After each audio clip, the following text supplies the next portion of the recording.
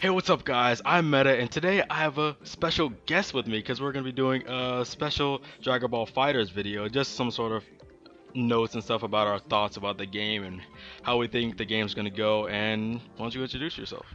Yo, what's up guys? My name's Final Essence. You probably don't know who I am. I'm new up and coming. You know, I mainly do Persona videos on my channel, but I thought I'm really hyped for this Dragon Ball FighterZ game, and I just had to talk about it with my boy Meta right here.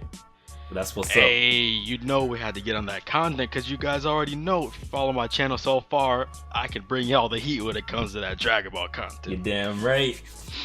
Alright, so we got a list of couple of things we want to talk about, so what do you want to talk about first?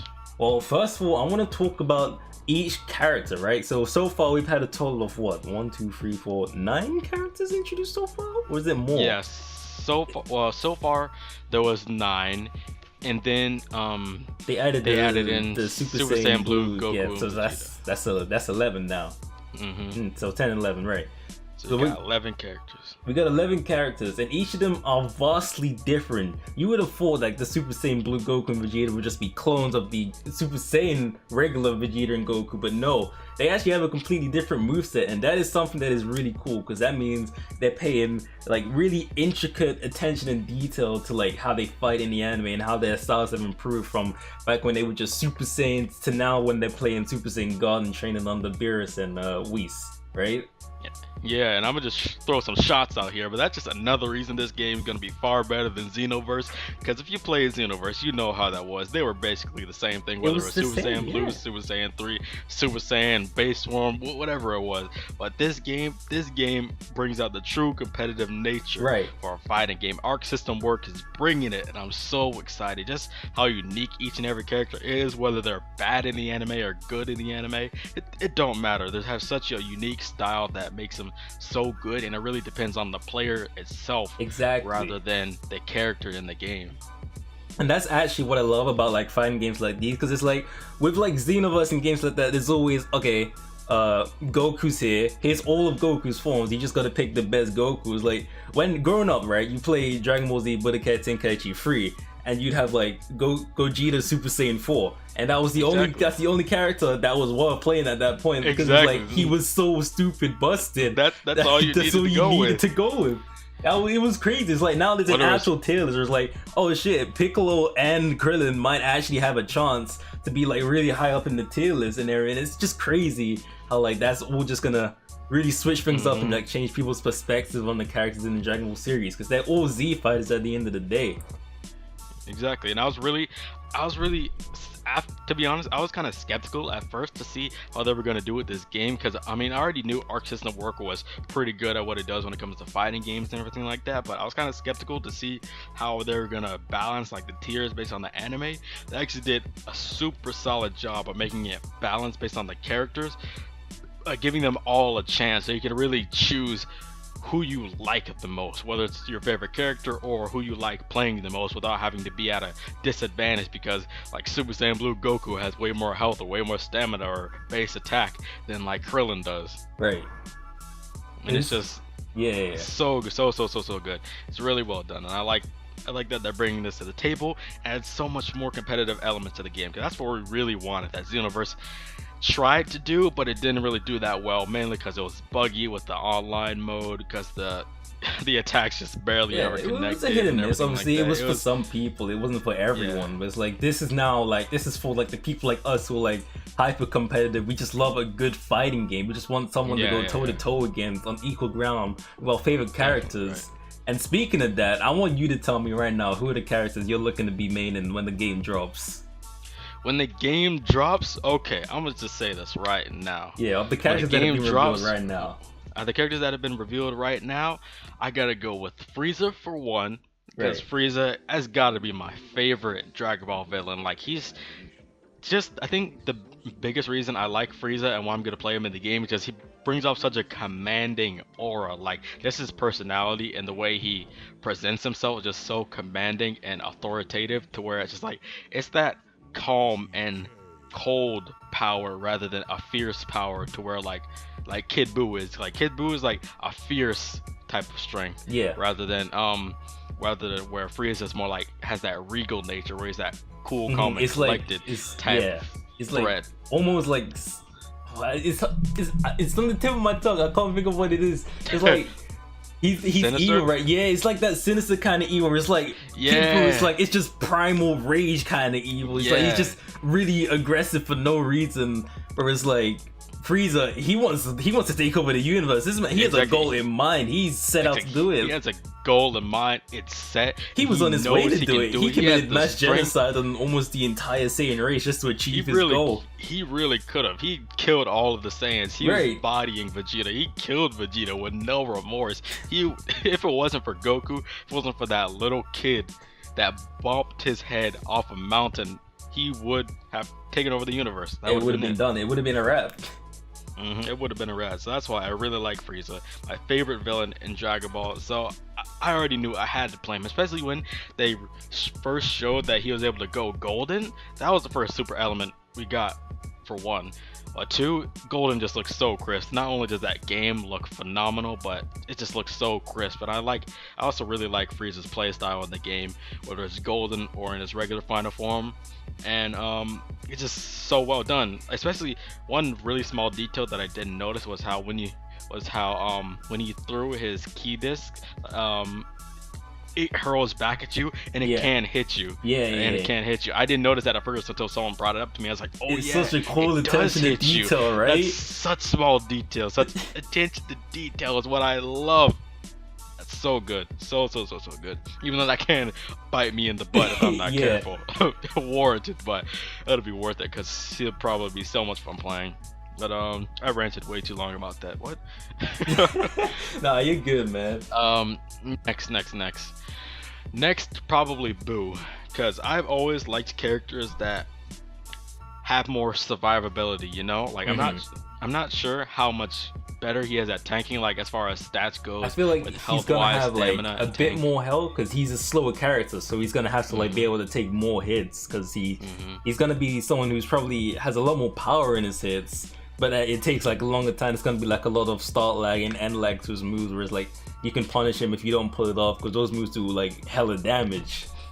Yeah, and I also like probably the coordination I could also do with Frieza and Boo. Like Boo would be my solid like short and simple combo starter where I can also take a bunch of hits, like if I need to make a comeback or something like that, or save Frieza for later on. I could just have my short sweet combos that could be done and space myself out and tank a lot of hits if I need to against someone that's super aggressive. And Boo is definitely someone like that. I wasn't expecting him to have such great combos, but he actually has some really solid combos, like not really high octane ones like Teen Gohan or Krillin does, but they're solid enough to be that tank role to keep me surviving and have that if I need to switch out and just someone to help me out. That's what I really want. Oh yeah, like I've seen like a couple battles like when he switches in, like he has a good like initial burst damage, right? Like when he jumps straight into battle, there's that combo where he's like kick or punching you into the ground. It's like this is like really good to start up a combo and then just switch it up into the next character and just keep the combo string going. It's crazy how he does that.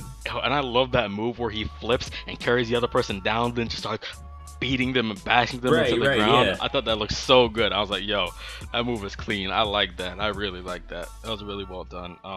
And he also kind of gives that vibe like Android 16 does. Like they're both huge. Like their corner pressure may not be as great as someone like Cell or Krillin, but just them being huge can leave people afraid. Right. Like, being it's backed intimidating. up into a corner by them. Yeah. And that's also what I like about him. So Boo, Frieza and Boo, those two. And for the third one, I wasn't really too sure. I kind of wanted to wait to see who else came out, but when they showed Super Saiyan Blue, Goku, and Vegeta, I was like, alright. Vegeta, I wanted to use Vegeta, but I just love Super Saiyan Blue, and he has Gallic Gun, so I was like, I gotta go with Super Saiyan Blue Vegeta. Right. It's so good, especially his level 3 super, his level 3 super. I think it's from that one part in the Goku Black arc when he was like, when it was the last time they had come back and they had destroyed their time machine, and he was like beating Goku Black and like just beating him over and over and everything like that. He had that one big punch where his ki just went everywhere. I think that was the part. I noticed that with Goku and Vegeta, they definitely took a lot of elements from Super for their fighting style. Right. Yeah. It was really, really good, and I like that how they're definitely not the same as their just regular Super Saiyan ones, but Super Saiyan Blue Vegeta looks clean. I love the Final Flash, and I kind of wish he had the Final Flash, but Gallic Gun will have to do. It'll have to do. Yeah. So yeah, for my teams, out of everybody that's announced right now, it'll just have to be Frieza, Majin Buu, and Super Saiyan Blue Vegeta. That's crazy. You actually put a lot of thought into that, like a lot more than I thought you would have initially. Yeah, when I get going, when I have that passion about something, I just keep rolling and rolling and rolling. Yeah. But yeah, so let's hear from you. Who do you want to play with? All right. Well, first of all, I gotta start with Team Gohan, right? It's been tradition for me since I was a kid. I always pick Team Gohan. When I grew up watching Dragon Ball Z, that Cell versus Gohan arc was one of the greatest arcs that I'd ever watched in my childhood. It blew my mind. When he just snapped and went Super Saiyan 2, I was like, oh my god, he's a monster. And I had to play him. That was my boy. And he's so fast too, and it's like he's got that really good like Kamehameha anti-air, right? The same move that he used when Cell was in the sky doing his super Kamehameha, and he just reversed it with that super one again. And I'm like, okay, that's nice. He's got a really good anti-air, and he can keep going as well. Like you can launch into the air, continue it, combo it up. I think his move is his final is the father-son Kamehameha, right? The attention to detail on that again. One-handed is like, cause a couple of games like they forget that it's a one-handed move, and they'll be doing like the two-handed one. It's like, all right, chill out a bit. There's like a lot of attention to detail, like the kicks, the punches. He's a heavy, fast-hitting like pressure-based character, and those are the characters I kind of use, right? I have a little bit of background in fighting games. I played Skullgirls and I played Guilty Gear. I played a heck of a lot of Persona 4 Arena back in the day before that game died off, right? And I used to play like a lot of speedy characters. Yeah, rip that game, man. The lobby is dead. I used to be in there all the time. It was just like maybe 2 or 3 people in there when I was logged on. That was like December just gone. It's crazy. It's gone now. Yeah, it's gone. Yeah, I used to main like Yu Narukami, Akihiko, and Yosuke in that game, and those are like fast-hitting pressure characters. Like if you get them in the, if you get someone in the corner with them, it's like it's almost a rev, right? You got so many options to use in the corner, especially with Yosuke and Yu. Those were like the 2 top tier characters in the game, and I didn't know they were top tier until like I wanted to like maybe take my shot at it competitively until I realized the game it already lived its course. Like it was at the end of its cycle. It was just a wrap at that point. I moved on to Skullgirls. Skullgirls, I love using Philia. Fuko was alright. I ended up using Cerebella a lot because she had like combo strings that were really powerful and they were quite fast too. They had like a bit of super armor to them. It was hit and miss, right? But like, so basically what I'm saying is like characters that have like fast hitting, a lot of pressure on them. Yeah. I love characters like that, and I love that Gohan is that kind of character. So he's already looking like he's gonna suit my type of playstyle. Another one, really basic, but I'm looking like Goku, right? Goku Super Saiyan. He's all around. He's gonna be that all around character. He's got that decent defense, decent attack, decent combo string and stuff like that. He's like your beginner character. He's gonna be that kind of character in the game where it's like easy to pick up but hard to master. So like you can pick him up, you can get some combo strings going, but like when you get to the advanced combos, that's when he gets really, really good. And those are the ones that are always dangerous to look out for, because those are the ones where it's like, all right, these combo strings are easy because they're beginner characters. They're gonna be much higher tier because you can get a lot out of these combos for like minimal effort. And those are the kind of characters that I personally like to play, because technical characters are just not for me. That's why like I see characters like Trunks or maybe Frieza, and I'm like, all right, I'm gonna have to give it a pause. You guys look super fun, but I can't be getting into this. My fingers will just freeze up. I'm like, all right, I don't know what I'm doing anymore. I'll gladly take that Frieza though. I'll gladly take that. Oh, I know you would. I'll take that. I think so. What, Team Gohan, Goku. The last one might have to be Cell. Like I said, right? Cell is an amazing character. Oh yeah. If it wasn't for Frieza, Cell would be probably one of the best villains in the whole series.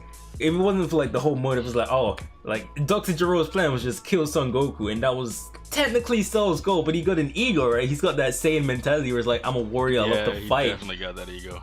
Like he's so sassy with it when he hits his perfect form, and I just love his attitude. And I just love like the way he fights. Like the way I pick fighting games, right? I don't go for like how they look Like I go for how they play, but I also go for like my favorite characters. That's why when you see me play like fighting games, I usually pick like the female characters. I'm like, all right, who's the cutest character? I'm on my screen right now. I'm gonna pick you. I'm gonna work with you.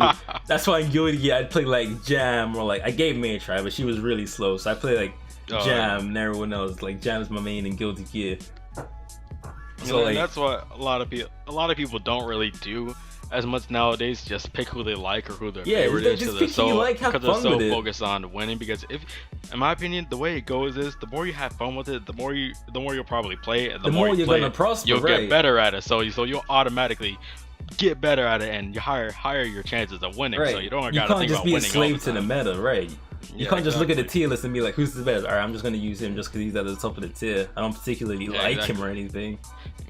Because people can do some things with some characters that people think are lower tier. You could do some things with them. You could do any type of fighting game. Yeah, you do a lot. People sleep. Don't sleep. Those are the upsets that people live for. They crave for.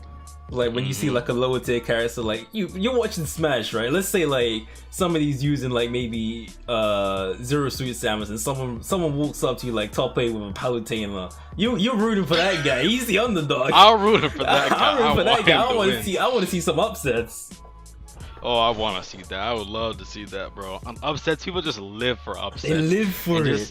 Like in Civil War, when fucking Zero got taken out, it was crazy. Was so the whole Civil War was literally the tournament. Link in top 8. Link got 3rd place, bro. It was DK amazing. Going ham in the tournament. Civil War is literally the tournament of upsets. MK Leo got taken out so early.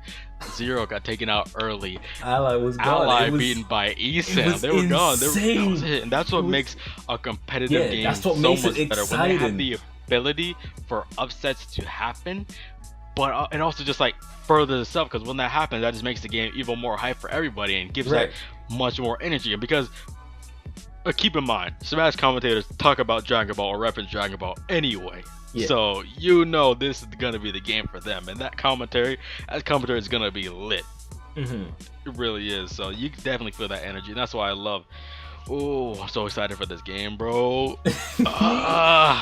You know, speaking of that, let's talk about how we think like it'll affect the esports community, right? Because it's already been shown at EVO 2017. We only had 6 characters then, like the initial Goku, Vegeta, Gohan, and Cell, Freezer, and Boo. And it was like there was a small gathering of people there just to gather like interest, I guess, to see like how many people are interested in tuning into that game on Twitch, seeing like how people are coming up. Yeah, it was more like get a feel of the game, you know, get an understanding of what to expect when the game drops next support it was gonna get. Right.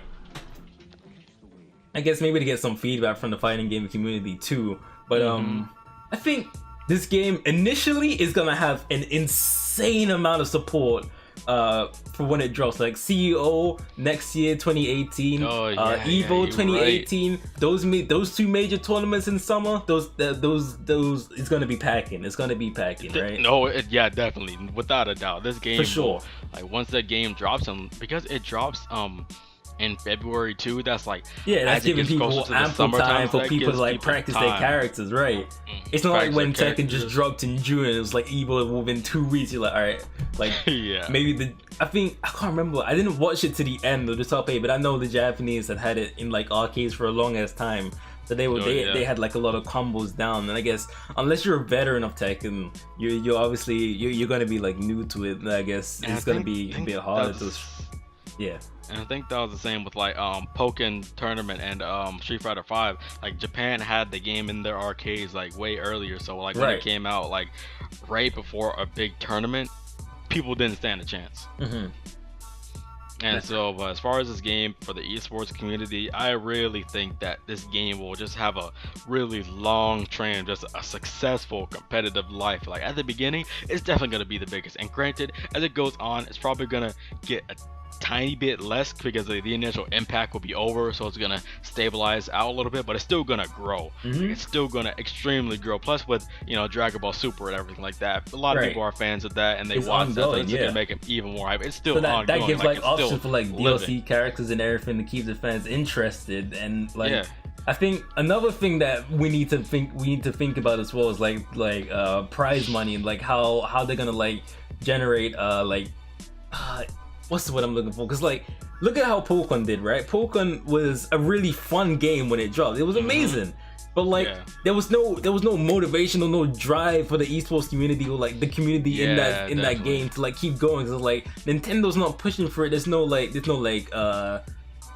tour like how Capcom, they do like their Capcom tour for Street Fighter. There's like the Tekken World Tour and things like that, where it's like you going around, it's like all the best players, you have the tour, and it's like prize money and pools where it's like there's a lot of money the way you can get out of it. And it's like, all right, there's actually like an incentive to want to play and get good at this game. You can make a career out of this. You can be somebody in this community. And I think that's where a lot of games are made or break in the fighting game community, or just in esports in general. Like look at Overwatch. When it initially drops, they didn't have the Overwatch League or anything like that. It was just scattered events here and there. It was like the ESL, it was maybe like Alienware, Monthly Melee, and it was like, all right, these are cool and all, but like we need something stable, like something where we can actually have that incentive. Right. That's when the big Overwatch Cups and tournaments came out, and they started pushing it harder. Now and the harder Overwatch League is starting to come through, and now like the esports community, like we're turning heads now. We're looking back, like this is what we're here for. It's like you look, the American esports community in Overwatch compared to the Korean esports community, there's a vast difference. It really is. Korea's esports is insane. They're just far ahead. Rip America. That's all I gotta say. It's so far ahead, and it's to the point where it's like the South Korean World Cup team is like they're in such a league of their own that no one wants to fight them. But it's like they really now are. Just watching. Yeah, go on. Just watching the South Korean Overwatch team play, like against anyone, you're just expecting though, just a whole new spectacle, just to see them go in, just mollywop some map. They did not drop a single map. I was shook. They're insane, like legit. They cannot be stopped. They cannot be stopped. It's they're just crazy. Insane. We just need to make sure that the fighting game has a lot of initial incentive in order to keep the players invested and keep them going, and then keep the game strong for years to come. You know, maybe some DLC, and then like maybe like sequels onto like next games, because it's on PC, it's on PS4, it's on Xbox One, it's on all the major systems current year. We can just keep pushing that, and it will go far. It will actually go far. It's already a massive fan base behind Arc System and Dragon Ball already. You just need to give it that push and that incentive, and you got it. The esports, it's easy money right there for both the companies and the players. Definitely. Yeah. And that's kind of like brings up another thing that I want to talk about. Like it's still in the esports topic, but how they're gonna proceed with like the online mode 3v3. Like it has the online mode to where you could play against like other people online, but not just to where it's one person versus another person, but it's actual three people against another three people versus three people. And I was like, do you know how many more possibilities that brings for a competitive game? Because it's just like doubles. It's just like doubles in Smash. People love doubles in Smash.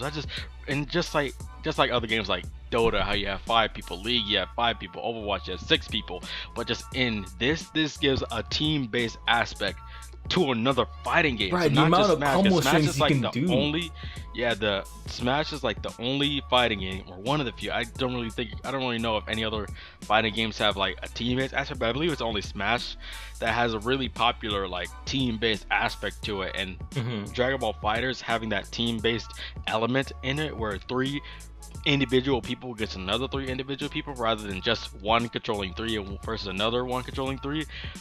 So many more possibilities in a competitive nature. You can actually have teams if you want. Who knows? I don't know if esports team will have actual teams. Yeah, you can have actual esports teams for fighting games. Yeah, you can have your own 3-man team for Dragon Ball FighterZ, while each of them can compete in like the regular tournament, to where they're controlling the 3 characters, and they can compete in the team tournament where they all 3 work together and train together. So like they can not only train together but train by themselves for traditional and team-based ones. That's such a good element to another fighting game. It's just so solid. I was surprised that they had that, but that actually threw me off guard. I was like, that's crazy, because like I think a game I played like that was Tekken Tag Tournament 2.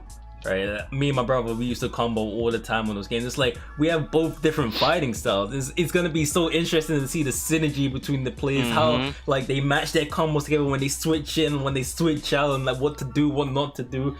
It's gonna be crazy interesting. I think I haven't been this interested in like a team-based game like that for a while. I guess the only thing that's probably similar to that would be Skullgirls, because you can do 3v3, but it's usually just one player just combo in and combo in and combo in. It's like now it's actually actual 3v3. It's like that's gonna be really huge. it's crazy, bro. This game that opens it up in a lot of ways for sure. They're changing the game, bro. They're actually changing the game. I don't think that would be like an online thing, just because there might be like connectivity issues between like 6 whole players. Oh, I mean, yeah, definitely. They might do, I don't know, they probably could, but they might just do the safer and be like, you know, you can only do that like maybe like you can only do that for offline mode, like amongst friends and stuff like that. That'd be cool with that. Actually, I don't know, because for Xenoverse, it was still possible with Xenoverse, but Xenoverse Online just wasn't the best in general. But having being on a team like with your friends and everything like that, it didn't make it much worse than it was with just one person, to be honest. So as long as their online servers are better than Xenoverse's, then there shouldn't be too many problems, rather than just the whole, like, you know, variables of people's own internet. And like with me just saying that, I just forced myself, you know, you could just do a lobby, right? You can have a lobby. Like you could have spectator modes in lobbies. You can, so why not have like everybody playing at the same time, instead of, you know, 2 people playing and everyone else watches? Everyone else can jump in. Like just have a 6-man lobby. You can just do rotations on teams and stuff like that. And it's just real. Dude, you could stream that for hours and you could not get bored. You just rotate. It's a lot for stream quality, right? I'm telling you this right now. I am going to stream that game so freaking much. Oh, for sure. Day one. So much. And the best part is by then, because I'm in the process of saving up for a new PC right now. Right. By then, I'll have had my PC for a long time, so I'll be able to finally be able to stream from my PC. And I will stream that for so long. And when I like a game, I could play it for hours. I could play it all day. I could play it for hours a day, every day of the week. Granted, you want to give it a break every now and then, just to maybe talk to other people about the game or something like that. But that game, not only do I think it will survive as an esport a long time, but just even as a casual game, because that's another thing I wanted to talk about was, as a casual game, you don't need to. Like, this is a game where you don't need to have watched Dragon Ball to understand what's going on. It's not like Storm, to where it's telling a story, or it's telling the story of its anime, but you don't need to have played, you don't need to have watched Dragon Ball or Dragon Ball Z to enjoy the game.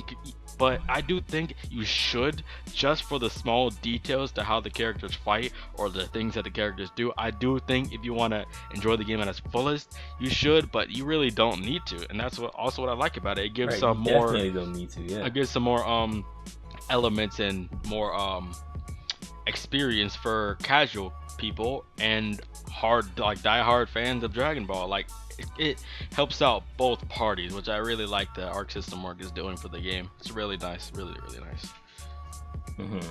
And as well as that, they have like their own story, right? Well, it's looking like they're probably gonna have their own story. We saw in one of the recent trailers, they showed that it was like villains or heroes are fallen. And it's like, what is going on here? It's like they were like zombie Gokus, and it's like, what's going on really here? Were. I was like, what the heck? When I first saw it, I was reminded of Trunks' future, where I was like in pieces with like the sky was green and the buildings were destroyed. That's what I thought they were doing at first, because Trunks is in the game. So I was like, yo, are they gonna like recreate the Goku Black Arc or something like that, but in the game? But then no, it was something different. I was like, okay, they got their own little story mode going on. I see you not copying the anime. Okay, it was looking good. I was actually impressed. Right. I was really impressed. They're actually putting a good amount of time in this. And one thing that I wanted to talk about, you already know what caught my eye. What caught my eye was how it said in the trailer, I believe in the trailer or in an article I read with the trailer, that Arc System Works had mentioned that, is that Super Warriors fall one by one. And that's what really like clicked in my head. I was like, wait a minute, Super Warriors fall one by one? They already got super characters. They got Goku and Vegeta, which are technically super characters, and the main cast. But if they were talking about them, I feel like they would have said Z Fighters fall one by one, not Super Warriors. I was like, Super Warriors, they have their Super Saiyan Blue transformation, but that's not enough to classify. So that must mean that they gotta have some other super characters in this game, right? They have to. They can't just be coincidence, can it? Like, they have to have some more super characters coming in. That's where I'm theorizing Hit is gonna come in. You guys already know. You guys watch my Dragon Ball videos. For those that do, Hit is my favorite Dragon Ball character of all time. You already know I want the game. In my last 2 videos, I talked about this. I want Hit in the game. And now with this being said in the trailer, I really do think they're gonna be in. I really do. I really do think Hit is gonna be in the game. I could definitely see it, because you know they've included super characters. Who's to say they're not gonna add more, right? Because super is that's what's popping right now in the Dragon Ball community. It's really the going anime's hard right ongoing. It's on Crunchyroll. It's on Toonami on Saturdays, and it's like we can use Hit, we can use Zamasu, Goku Black. You know, all these characters, Beerus, Weiss. Well, not Weiss, Whis. But I was thinking of Ruby. That's a new one. Weiss. I know who you're talking about. Ruby. Yeah, I know what you're talking about. I don't know why my mind went there, but yeah. We're talking about Dragon Ball, bro. Put your hand in the game. I don't know what's happening. But yeah, man. all those characters, they're all possibilities, right? Because I think I sent you this in the DM the other day, right? The 4chan thing that was a potential leak that there was possibly a leak, if to be believed. The game will launch with a total of 27 characters. 4 of those will be unlocked, and we already have 2 of those revealed, which is Super Saiyan Blue, Goku, and Vegeta. Which, if that's true, that is incredibly interesting. It said like a cast of like 27 characters at the game's release and everything like that, and I was like, okay. And then I was thinking like, you have a Super Saiyan Blue, Goku, Vegeta, that'll take up another spot on the screen. I don't know how they're gonna do that, but then it said it would just be like a certain command you would input when you're highlighted over regular Goku, apparently Vegeta. it's not gonna take up a slot. It's just gonna be like, you know, you hover over Goku, Vegeta, and there's like the option to play Super Saiyan or Super Saiyan Blue. They're gonna be like their own the first thing I thought of was like when you want to play Sheik automatically from the start in Melee instead of just going into Zelda. That's what I thought. Yeah, it's kind of like that. Yeah, and I was really interested, like. And another thing, I think this was also in the DM you sent me, how I was talking about Android 17 will be playable, but the roles will be switched. So like in the intro sequence, how it's like mainly highlighting Android 18, but it'll be like mainly highlighting Android 17, and 18 will come out of nowhere to help him out. And I called that in my Android 17 video. I literally said in that video that Android 17 will be in the game and that the roles will just be switched. Android 17 will be the primary, Android 18 will come in, and Android 18 can be the primary, and then Android 17 will come in. I literally called that. You can't say I didn't. We're done here. I called it. yeah, he'll take that W. You can just ship it to him. I'll take that. Thank you. But yeah, I think we've talked about literally everything we wanted to get out of our chat, man. We're just so hyped for the game coming February next year, 2018. I am ready. Yeah, I'm ready. But something that's closer. Let's talk about that beta though. That beta is coming out soon. Oh, you signed up for it? September is right around the corner. Of course, you know I have to sign up for it. I signed up on both my American and European account just to get your American and European account. I got 2 accounts, bro. I was thinking about using 2 different emails. I was like, I could finesse 2 of them if I wanted to. I thought about that, man. Oh, I'm so excited. I want to get my hands on that, record some content for that too. You know, get some of them views. I mean, what? Huh? No, yo, you gotta respect the hustle. You gotta respect the hustle. Oh yeah, that game is just gonna be so good, man. I'm so hyped for it. Probably I was gonna say my most highly anticipated game of 2018, but there's a lot of games coming in 2018. We gotta hold it up for a bit. Didn't they say Kingdom Hearts 3 coming out 2018? Right. Didn't they say that? I'm just like, Kingdom Hearts or Dragon Ball FighterZ? We gonna get both of them suckers. Gonna get both of them. Highly anticipated. I really want that game. February 2018. Rip the Cydia. Yeah. It's gonna happen. And then again, you know, we're at the end of the video now. Let's wrap it up. All right, let's wrap it up. I'll do the outro this time. I'll sign up. I'll sign. Go ahead. So, If you guys did enjoy the video, make sure to leave a like, make sure to subscribe to both of our channels. Link will be in the description below. And let us know in the comment section below your thoughts and opinions on Dragon Ball FighterZ. Will you be picking it up? Who will you be maining? What do you think? Just everything we discussed, talk about it. We want to have a conversation with literally everything. Literally everything. Do it. You won't. You don't have the Dragon Balls to do it. I dare you to do it. What? You know what? I'm now daring you. Now you gotta do it. Now you have to do it. Now you have to do it. I don't care if you just have no thoughts. If you just want to say you're hype, all caps, go ahead. I give you permission to type in all caps in my comment section. You're welcome. Good. There it is. We're done here. Thank you for watching. We'll catch you in the next video. Peace. All right. Peace, guys.